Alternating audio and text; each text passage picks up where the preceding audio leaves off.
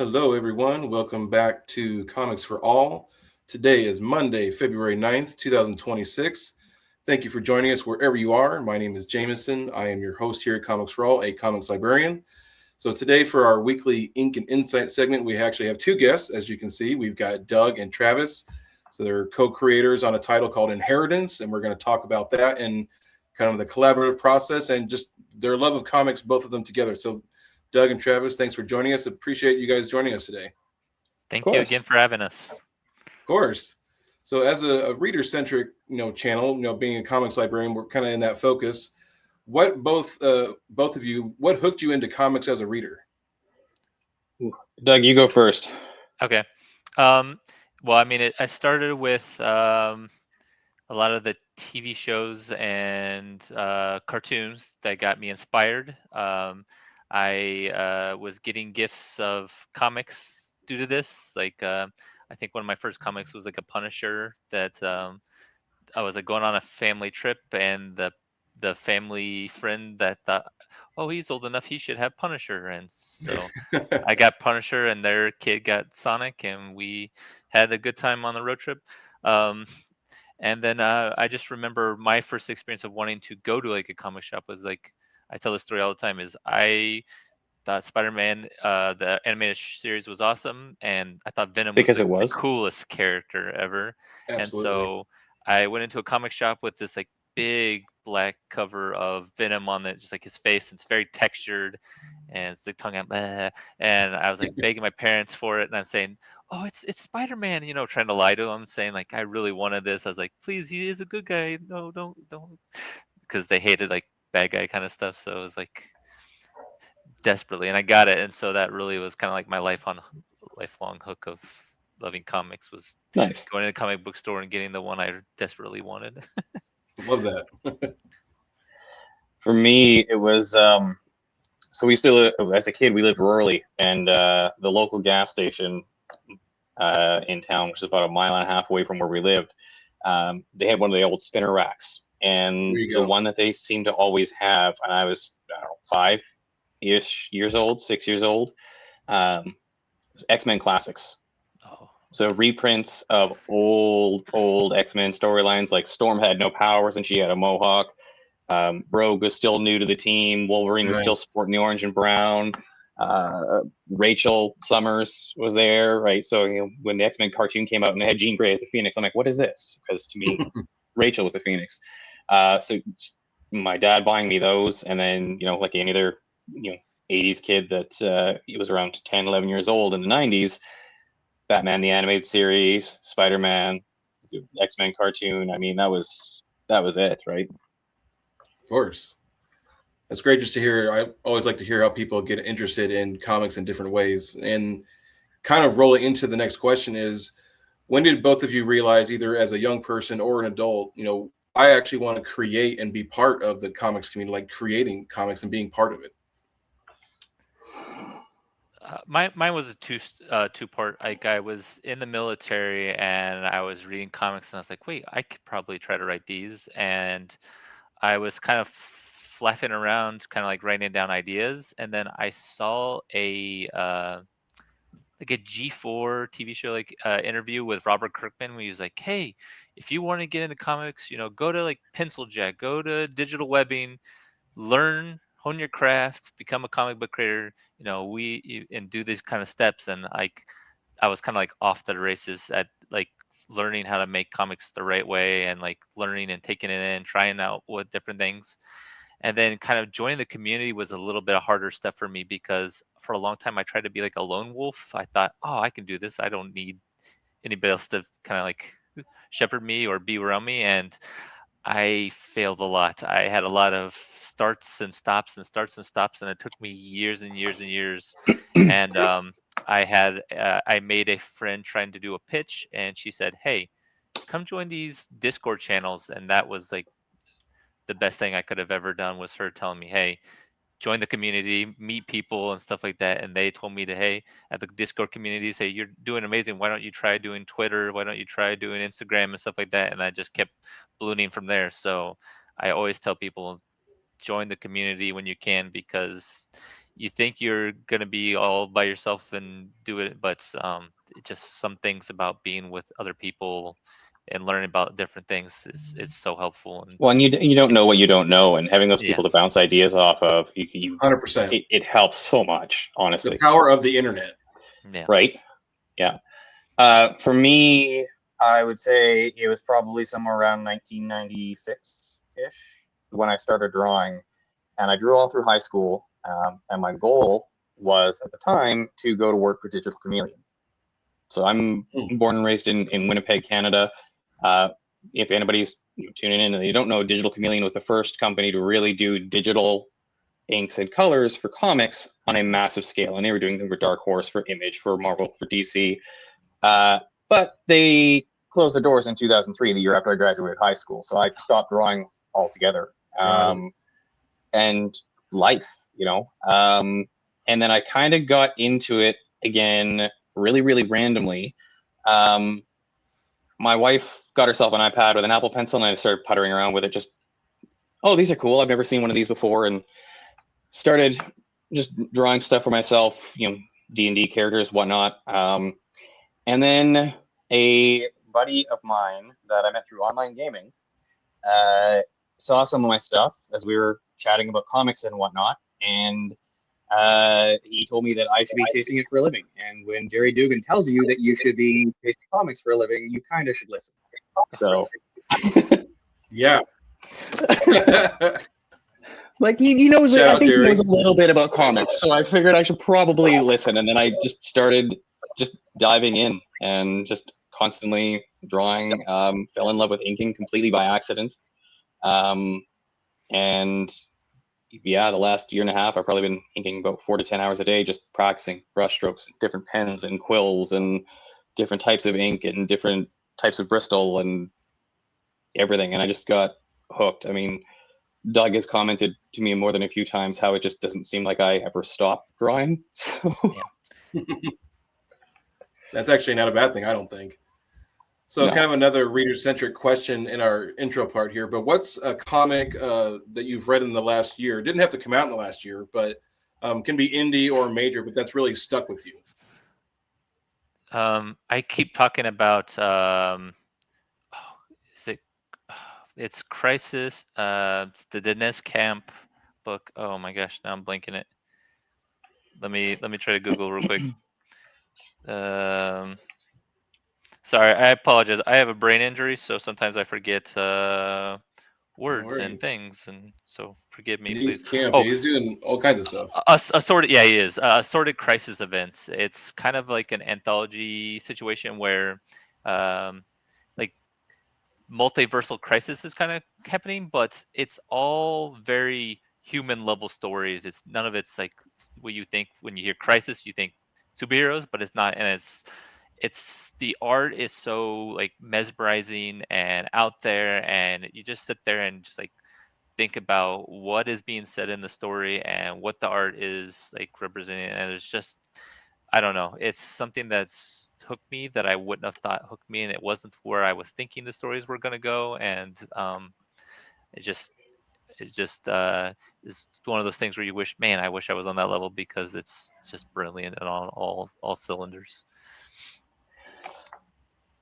For me, the last year and a half or so, almost 2 years, I've been on a very focused binge. I decided to tell myself I was going to read everything X-Men on Marvel Unlimited from there you 63 to current. So Shoo. I'm mostly caught up at this point, but I've read through pretty much everything that's on there. And I'm going back and reading like the 20 issue run or whatever it was, or like Cable and X-Force or like Savage Wolverine, like the smaller little things from the last few years.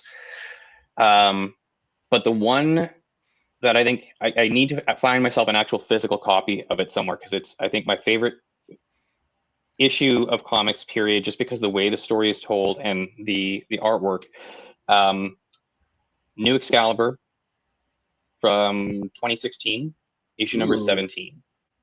And the reason is it is about, Excalibur, but it's a different story than you usually get, because it's the aftermath after Talia has her stroke in the middle of a fight. And so it's the team coming together and supporting her in the hospital and going through physio, and her, she's Wanda and Nightcrawler's daughter, so she's used to being able to bounce off walls and whatnot, and now she's stuck, right?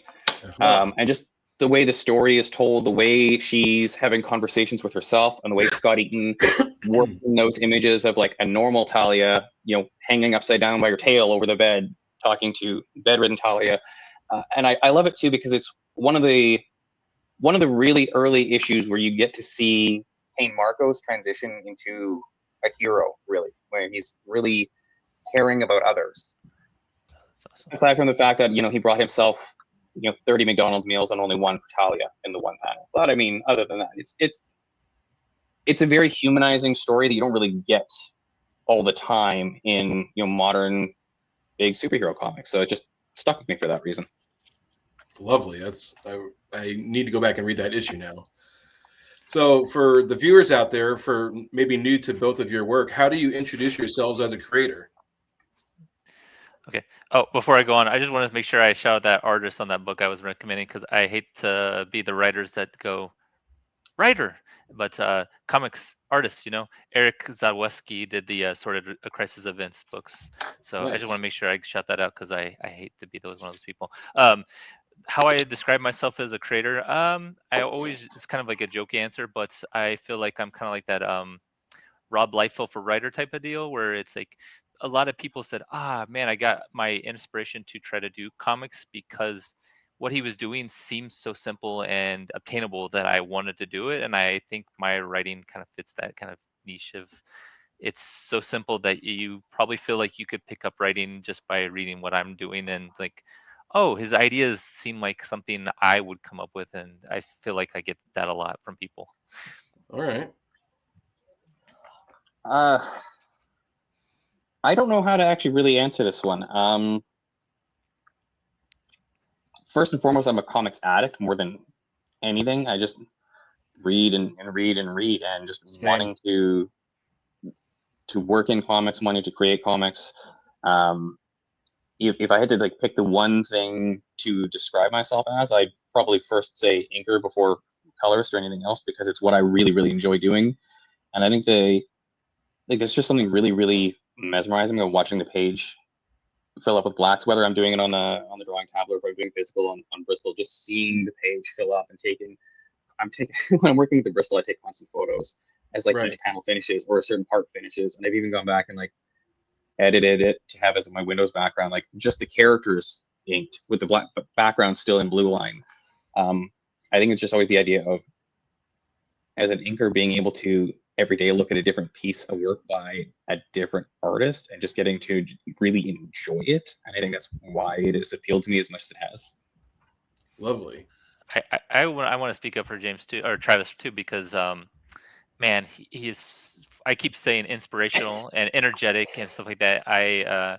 When he started posting, because we met on the Comic Book Yeti Discord, he would post constantly, daily, and I loved inking too. I'd like to practice. I didn't know what I was doing, but it's something I find really like kind of like therapeutic and stuff like that. And seeing him like doing that and like learning and processing, and I was like, I wanted to do that too. And so he's just kind of somebody that like I think kind of generates that kind of like want to be in comics and do stuff. So I mean, it's very inspirational being around him. Thanks, man. Absolutely. And it's great. I love hearing that back and forth with collaborators working together.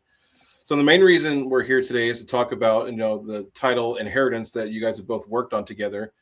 So before we show any artwork or anything, can you give us an element, a character, or a series or element to the series that makes it stand out, among all the books out there? Yeah. I think I really pitched this as something that I know a lot of superhero books and supervillain books are focused on like big explosions and the, you know, but a lot of stuff that I like to write is very the human stories and what's the connection in tissues. I liked a lot of like Marvels was a big inspiration for a lot of stuff that I like to try to do with like Right. superheroes. So I think the main character, he's like this writer that doesn't want to be a part of the world. He kind of walked away from what his parents were doing, and then uh, here he is getting dragged back because of his father's passing. So I think that is a little unique in what I've seen in the comics field. Absolutely. So right now, because we're going to talk about the Kickstarter here in just a minute, which launches tomorrow, correct? Is that when it Yes. launches? Yep.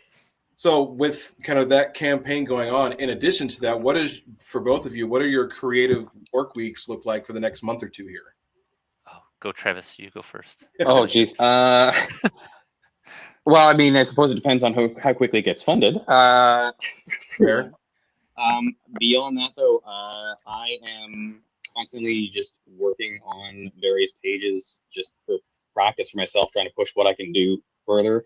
I've got a couple of commissions I need to finish off, including one. It's actually going to be like a when you go to a Steam page for a game, it's the display image. Somebody saw my stuff and wanted me to do the display image for their indie game that they're doing on Steam, so I've got that.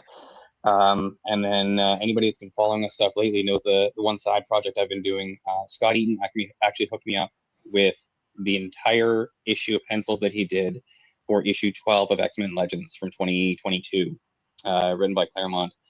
So my goal is to, by the end of the year, have all 20 pages inked and colored on top of all the side projects that I've been doing. And I've been getting like direct feedback from a guy I grew up reading comics that he drew. I mean, it's awesome. It's just fun. And it's Nightcrawler and Shadowcat and Lockheed in the issue. I mean, I'm in heaven with that one. No doubt. Mine is right now I'm in the process of trying to pitch some editors. So I'm trying to expand what I'm doing. And so a lot of my day is doing that. Setting up this Kickstarter is a lot too. And then I have a couple of short stories that I've been kind of fumbling around with, and I'm hoping to kind of cement. I might need to go talk to a co-writer and see if they want to be interested in joining me or something. I don't know. We'll see.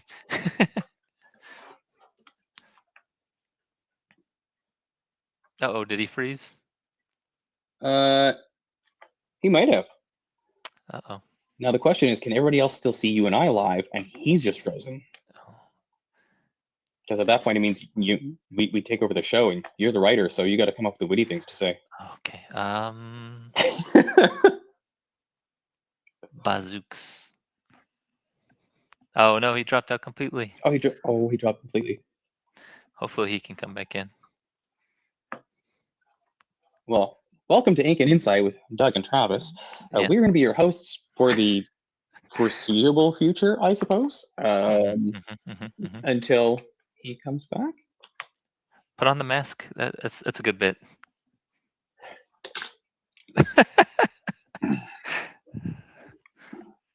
Right.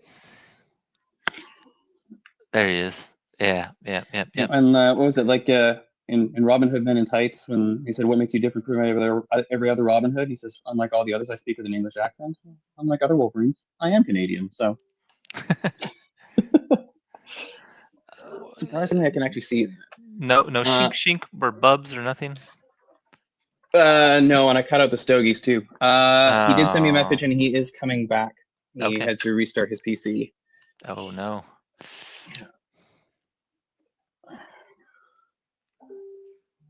Yeah, he says it froze up on him completely. Oh no.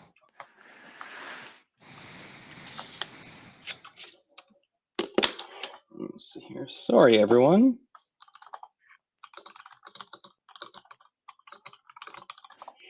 If we're still live, let me show off a book I got today. Ooh, it's a book.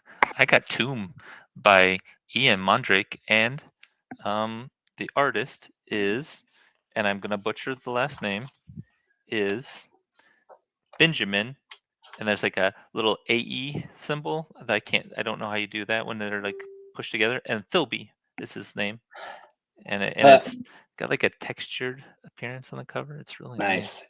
He's saying his next question was going to be at the Kickstarter. If you want to pull that up and show it off. Can I do screen share without him? Let's try. I believe you can. Okay, let's do that. Can you see this?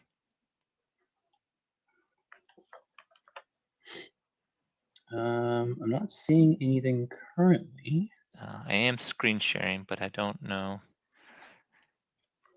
No, that's back to me. Now back to the thing. Do you see me when you're looking at me? Well, I see you. Oh, dang it. Well, that's just ridiculous. In the show, uploading recordings. Sorry, folks. Slight technical difficulties. Oh, no.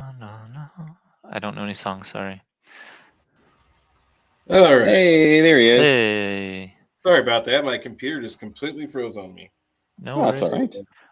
all right. I'm in screen sharing mode, but it will not let me screen share. I think I have to have your permission to screen share.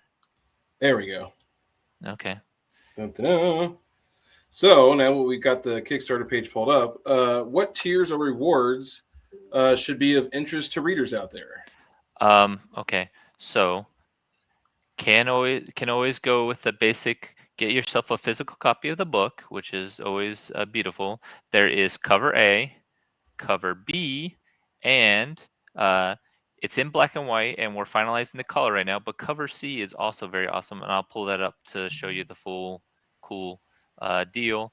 Another thing I would love to show people is also Travis is offering physical ink pages of the book. This Oh, price nice. is going to be going up, I believe, is our discussions currently. So if you would like a physical inked copy, I've done this in the past and people seem to love it. So um, I can tell you if things keep going the way they're going, Travis is going to be somebody that is known for his inking. So Thank you. getting an early series with his stuff is going to be not this price very long. So this is the time. That's right. Let me see if I can scroll down real quick to that other cover in the full. Here we go. Yeah, so And the third cover there is done by a buddy of mine I also met through online, and we just clicked and started talking comics constantly to the point that both of our wives are starting to question things. But Gibbo Comic Art, so he's got his own series called Lotus Ring that he's working on. Gibbo as himself, but he's got most of it sorted out. But I'm going to be doing a cover for him when he's ready, and he did this one up for us of Pumpkin Master and his history there. So if you see the digital artifacting, that's not on me. That's Love on that. Kickstarter. So please forgive. But these are the 3 covers. At this time, we are hoping for a 4th, but time is against us. So we'll see.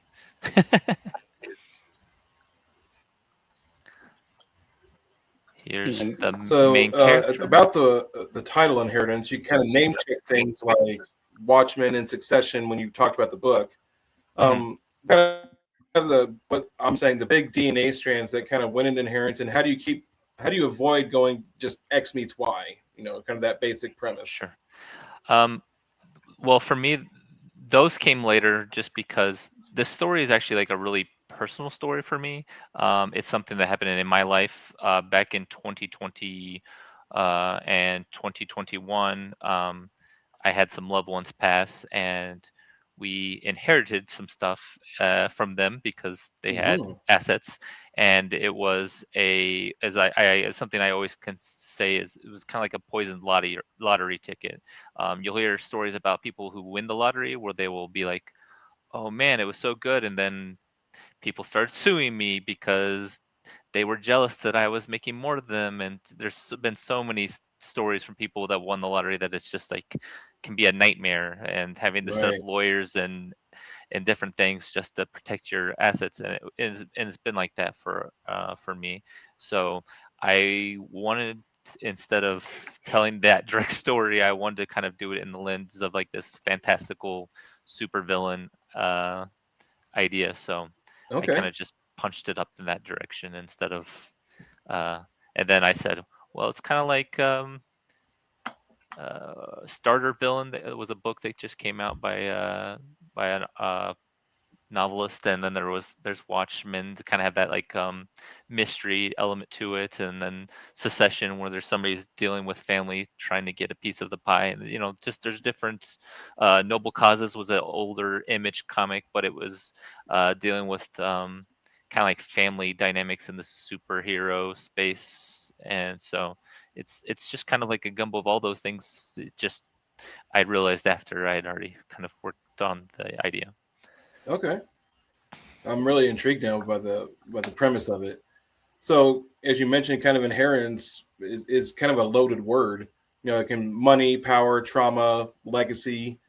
What kinds of inheritance are you most interested in kind of delving into in this story? Oh yeah, just just one that is kind of rotten for the main character. One that's like I said, he didn't want it. He didn't want any of it. He left that life uh, behind, and that's not what he wanted for himself. And so I just wanted something that like an inheritance that feels like what's the phrase, like a sword hanging over him as he's Sort like of Damocles. yeah. There we go. And if either one of you can put the Kickstarter UL as a comment, so then people can see it in the chat. Yes. I should be able to track it down.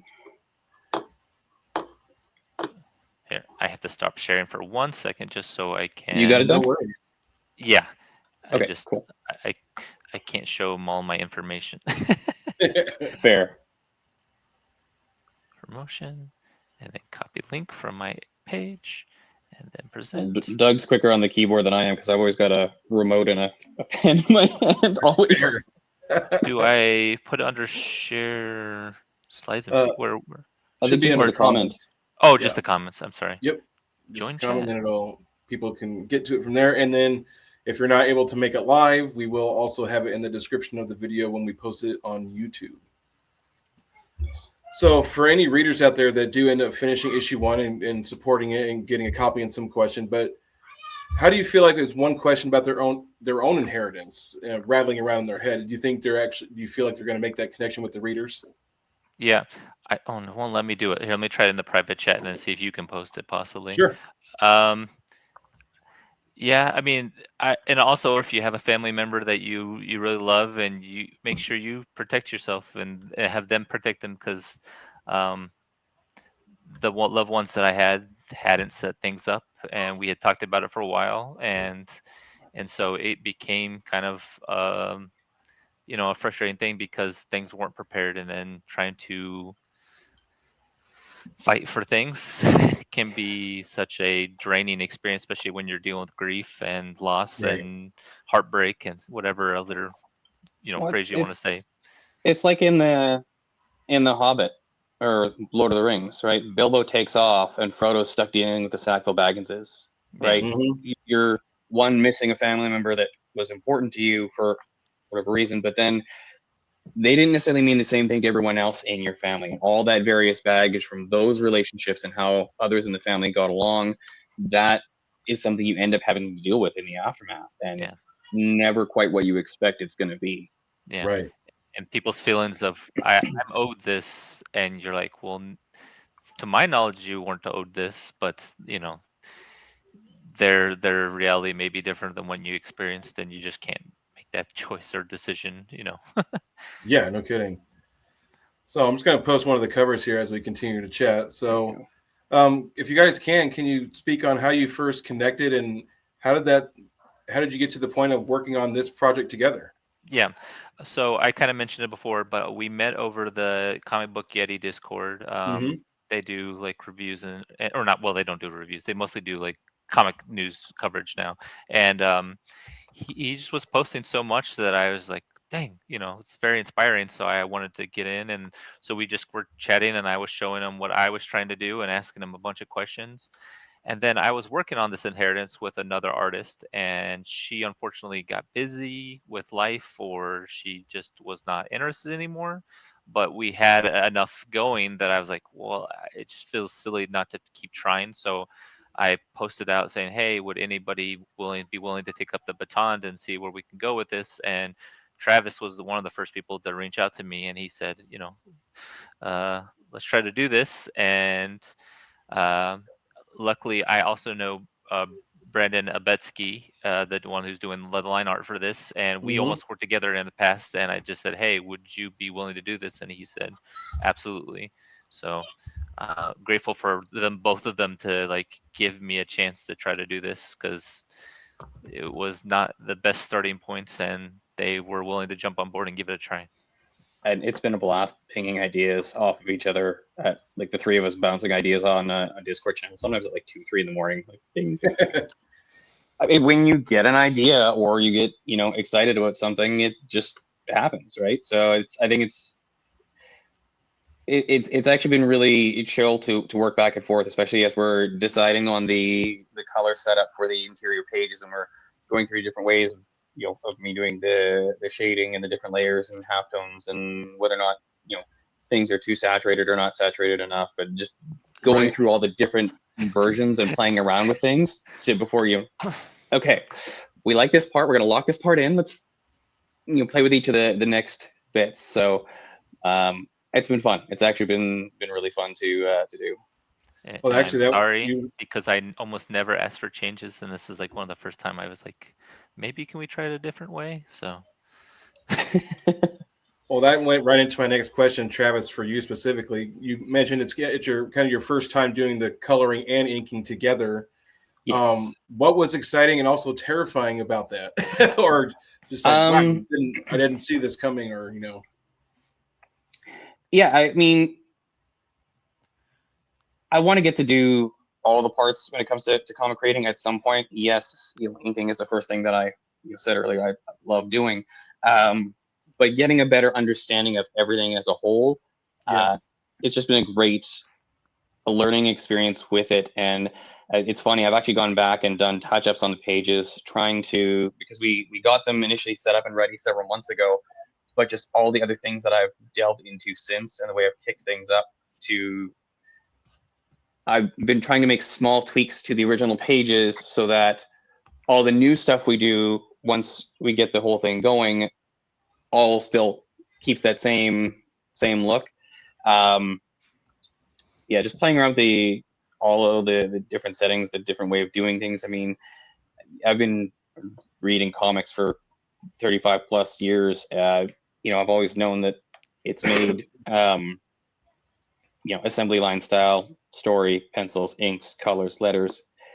Getting to take on more of the roles and getting more of an involvement with Brendan and with Doug, and how they're approaching things. It's just a great experience. Honestly, it's kind of hard to say I love doing it because I love comics when we're on a comics podcast, and that's really right. why we're all here. But it really is like, it's what I love doing, and it's the more of it I can do, great. That's I right. mean, we're talking right now and I'm drawing because it's just a compulsion at this point. So This is a question for both of you on this one. Is there a particular page or sequence, or or a scene that you each can point to and be like, you know what, that's both of us firing on all cylinders right there. page 4. yeah, Page 4. There's one locked in. panel in particular that we're all like, it's our favorite panel. We've all mentioned it at some point or another on the Discord. I'm going to see if I can find just like a shot of just that panel. Oh, yeah. I was gonna just scroll. I mean, it was our older colors, but I have the on the page still. You know what? Let's see here. Hold on. Here's that cover in full. Projects. And I should say the first two covers are all the line artist Brendan Albetsky. He did those, and I really appreciate him because he is a very bombastic and energetic, and I'm asking him to do kind of basically the opposite of what he does in his own comics, because he's kind of an all-in-one creator himself. Right. And to ask him to do slow plotting, like mystery to start, and then some like kind of dramatic, I'm thinking about my childhood stories kind of stuff, is just like outside of his typical like Is it Milu? Is that the word? Anyways, but he's really nailing what I was hoping for this book. So I can't thank him enough for doing this too. So I just sent it to you because I'm operating on 2 separate PCs right now. If you want to toss that in there, that's Right. the final panel on page 4, and just the heebie-jeebies and the vibes and the way the lighting is, like, it just, we're all really happy with it. I'll see if I can get it up here in a second.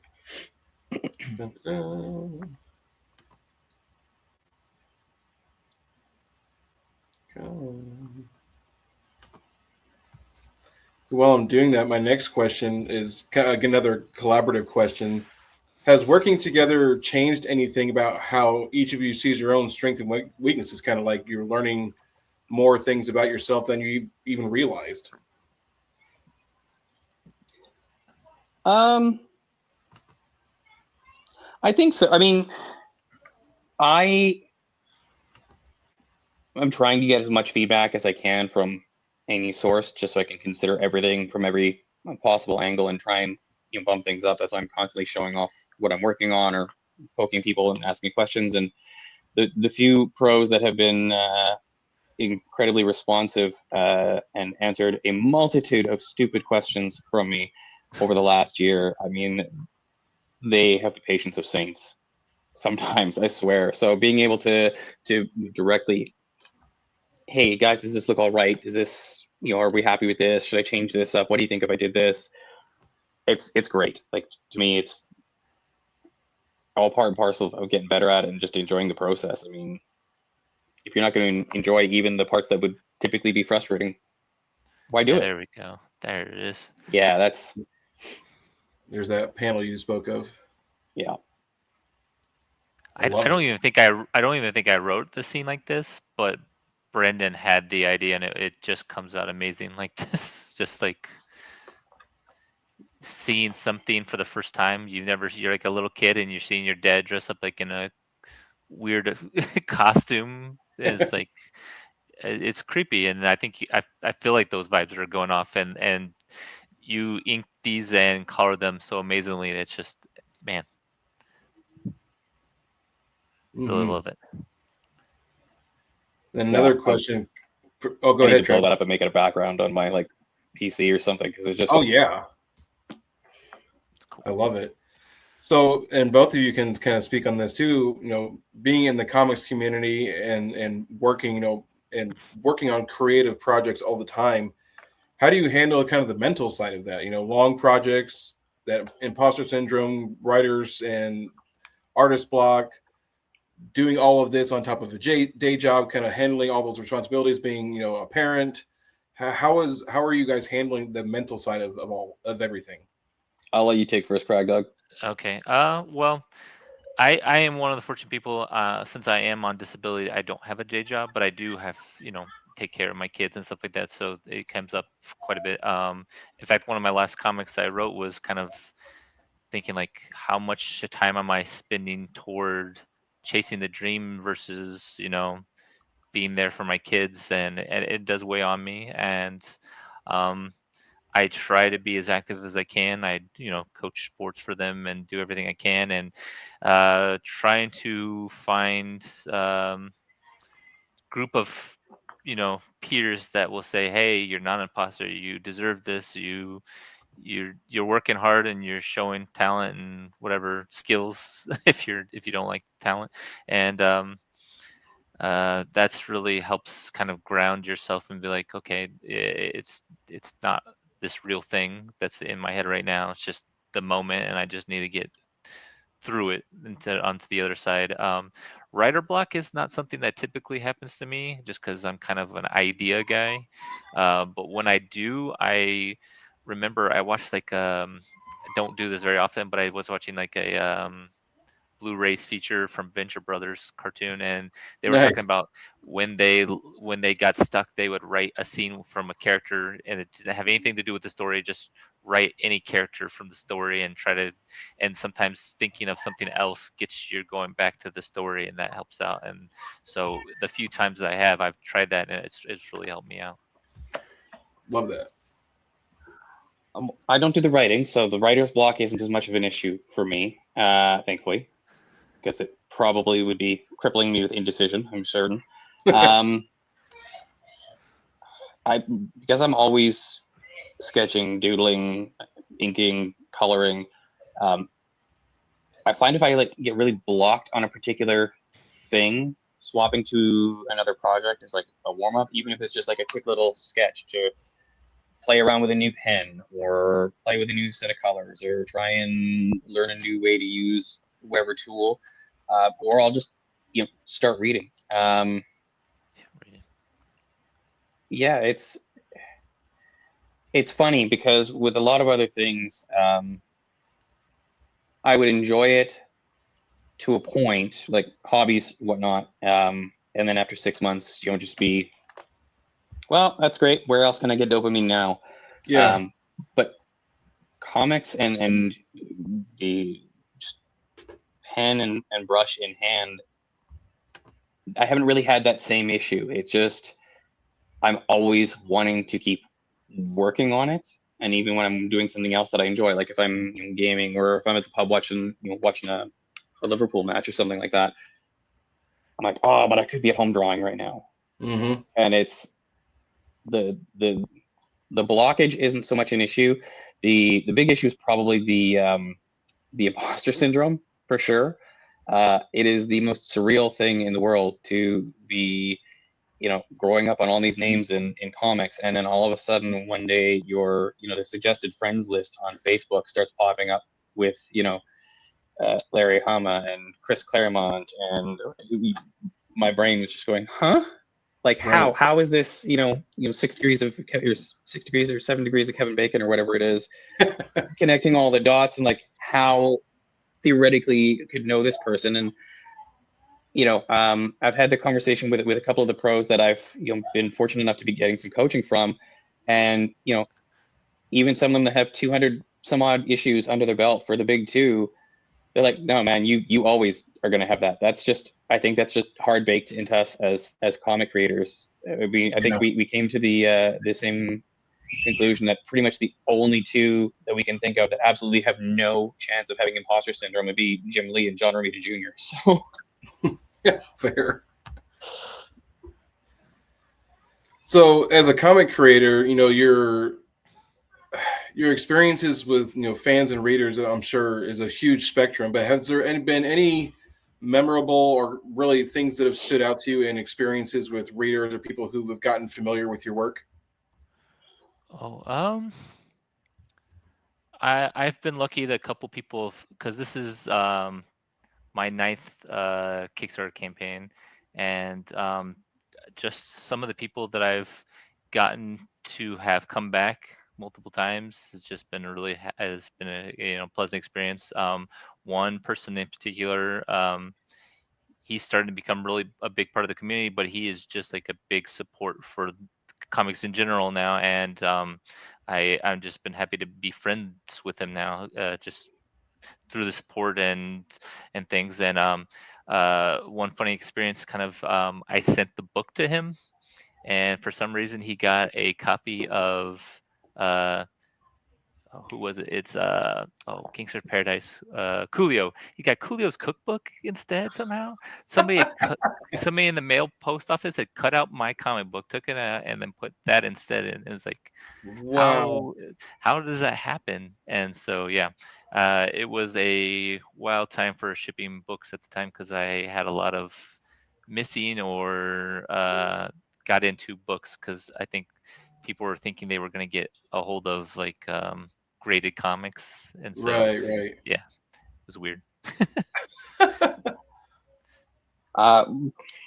this is the first that I've worked on and had my name on the cover. I mean, I've done a couple of individual pages for anthologies that people have had me go over the inks, or I've done variant covers, the inks on those for folks that for their own campaigns if they didn't have time to do it or they wanted a different look at it. The closest I think to like a fan experience is kind of more in the opposite end of things. It was October this past year. I was taking like my physical printed out portfolio, inks, colors, the whole thing, the comparisons between the blue line and the inks side by side.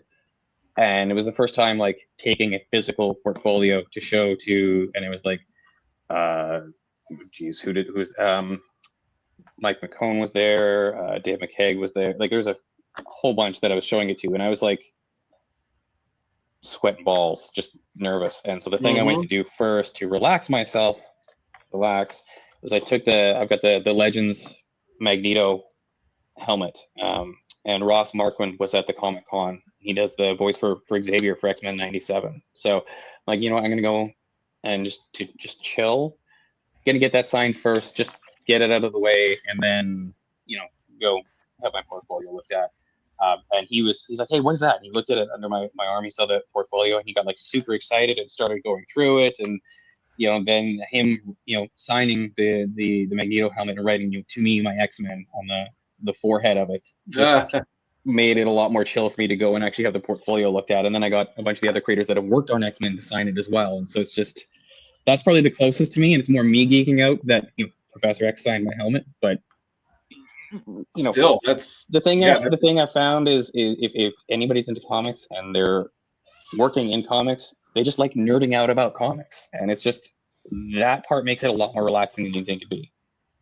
100%. I have to agree with that. So, for both of you, as we've been talking about, you know, the convention scene is definitely a part of it. Do either of you have plans for convention appearances, or even just attending just as a fan? I would love to. I am, since I am on disability, it makes it hard for me to get to cons. I probably will attend the local con as a fan, because I didn't get in, but they are very expensive, and it's hard as somebody on disability to be able to get a table and stuff like that. There's a smaller one in, I believe, March or April here in Winnipeg, C4, where I'm going to be doing. I think they're having me coming to do a panel, so I think I'm actually doing some either inks or colors digitally live, which would be kind of cool to show off. As a fan, I need to get back to Calgary again. I loved the Calgary Comic Con. It's a blast. I worked there the last time I was there, but I'd like to go to enjoy it.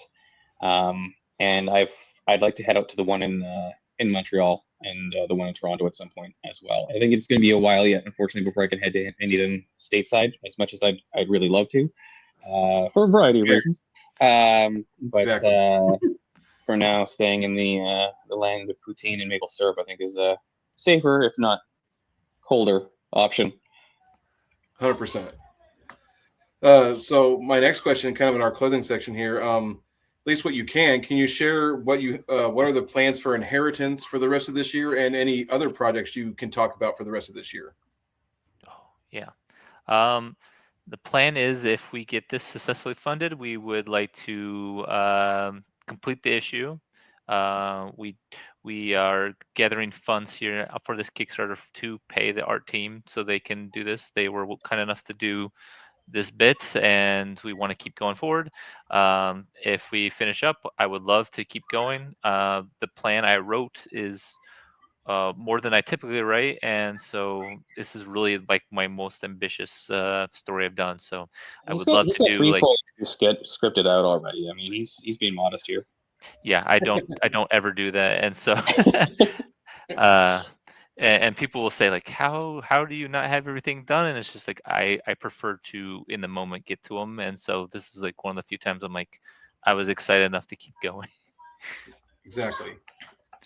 And as far as future stuff, I have a lot. I have a lot of Kickstarter plans if I keep. It just really depends on how this one shapes up. But I tried to run Ultramax last year. I tried to go a little too ambitious. It was I tried to do it for a trade. It didn't really happen, and so we're gonna try to go back to single issue format and see if we can do that. And then this one called Lost London is kind of like a historical fiction fantasy thing. Okay. And it's kind of like what happens during the World War II bombardment that happened with the Nazis bombing London. What if like all the magical users like took London and just like made it disappear, and like somebody trying to reconnect London back because I of, can like, definitely see Merlin and Churchill butting heads over the Blitz and how to deal with it. yeah. Absolutely. Actually, that'd be a great scene. I think that'd be really entertaining. Yeah, it would. No, that's awesome. I want to hear more about that, Doug. Actually, I really want to hear more about that. For me, I've got CHK Comics, a couple of the other fellows from the comic book Yeti community. They've got an anthology coming out, a horror anthology, and I'm doing the cover on that one and went super gory with it. So that's, I think, goes Nice. live in March. So we'll have like one project after another. That's what that was for. I didn't realize. Okay. Yeah. So they picked me up to do the cover on that one, and then just whatever projects I can get my hands on. I just want to make stuff and keep working on playing with colors. I do have a story idea in mind, a historical piece, but I need to finish probably about 2/3 ish of the way through the research for it.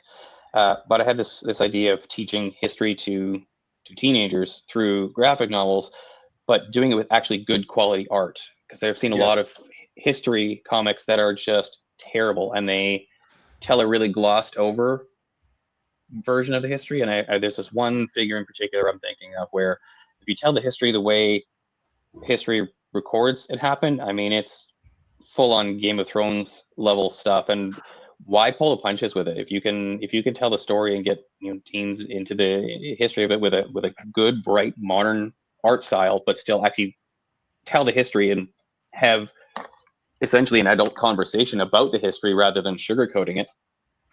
Was that I one think of the there's first things that you showed me? I forgot all about I that. I'm think, sorry. yeah, I'm still Oh, slowly picking man. away the ideas for it, man. It's Okay. slowly, but It was As interesting. a I comics read that. librarian, I absolutely love historical nonfiction comics. It's just that's actually my jam. I love stuff like that. So whenever you got, but there aren't enough good ones.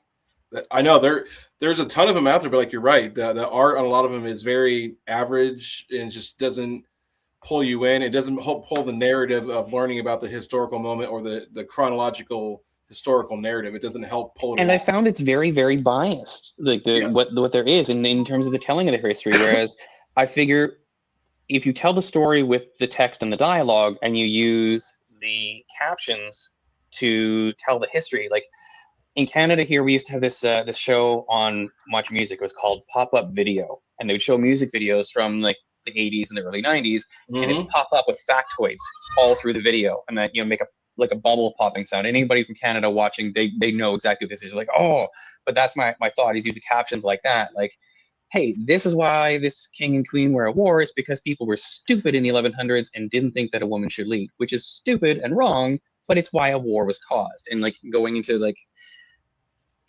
this is why this happened. This is why they thought this way. This is, to give all sides of the history for the kids to make their own decisions on, what they learn rather than just, here, this is what happened, deal with it. Absolutely. So I'll get there eventually. That's right. And in our closing segment here, where can people find both of you online if they want to follow along? My big one is Blue Sky. I am Doug A. Wood.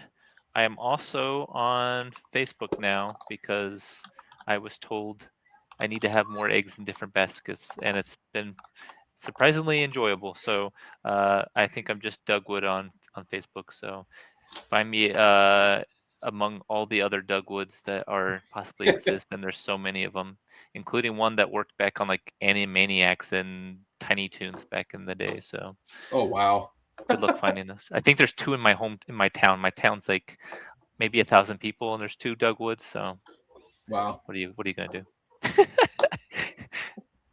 Now I've got the Animaniacs song stuck in my head. Thanks, Doug. Yeah, no, it's just on repeat in my brain now. All my stuff you can find at lnk.bio/Travis James Inks. TikTok, Instagram, my portfolio on Kara is up on there. Probably the one I'm most active on is TikTok. I do show.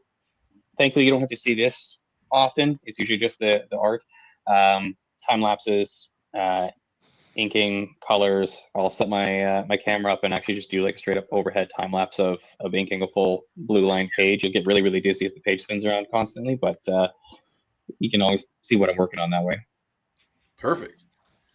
And then my last question for both of you is kind of an odd one, but do you happen to have a favorite snack or a meal as a go-to when you need to work on some projects? I'm a Mexican food guy, so it's going to be a lot of tacos and burritos, and I like ceviche tostadas recently because my wife's from South America, so ceviche on like on a tostada shell is like awesome. Okay.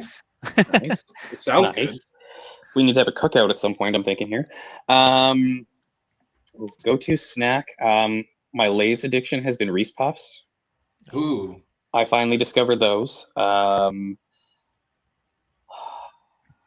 like food a lot, so Me too. pretty much anything. I mean,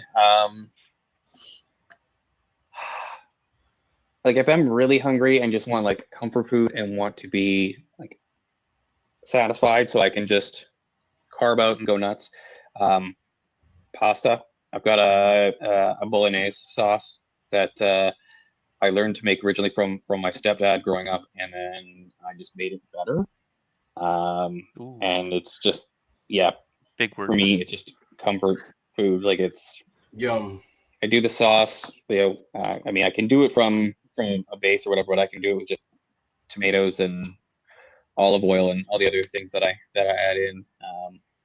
And it's probably my favorite, just go-to simple thing.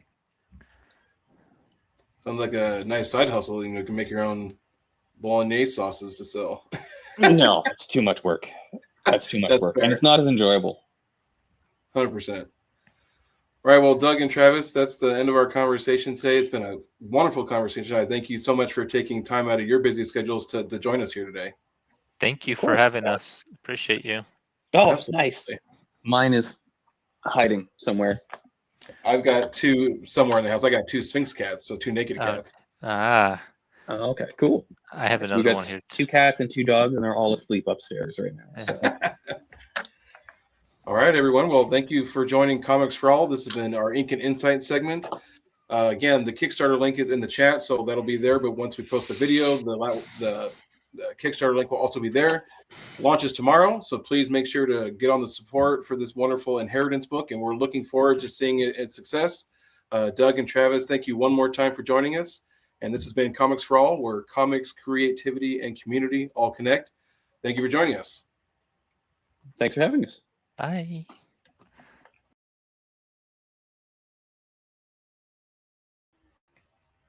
Do that.